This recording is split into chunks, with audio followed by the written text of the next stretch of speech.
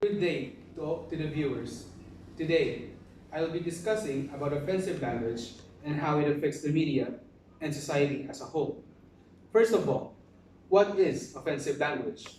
Well, offensive language is a foul method of communication and behavior that is applied onto another person and media alike.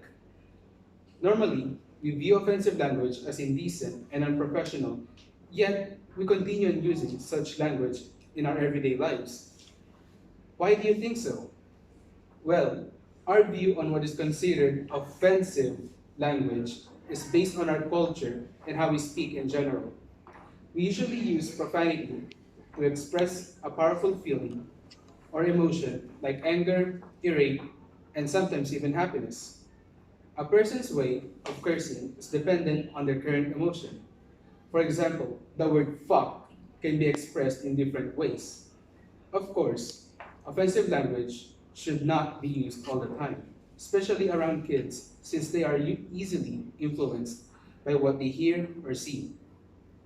And media is no exception. There are thousands of shows, films, games, and books that contain content that is considered offensive to different people, but is removing them the right way or the right choice.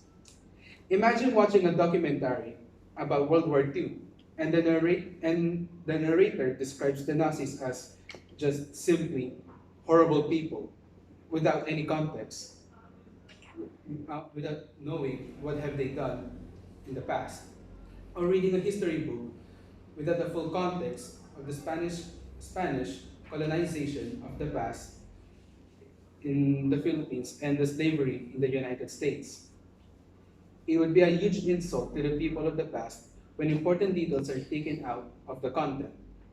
It is basically sugarcoating the people and protecting them from the truth.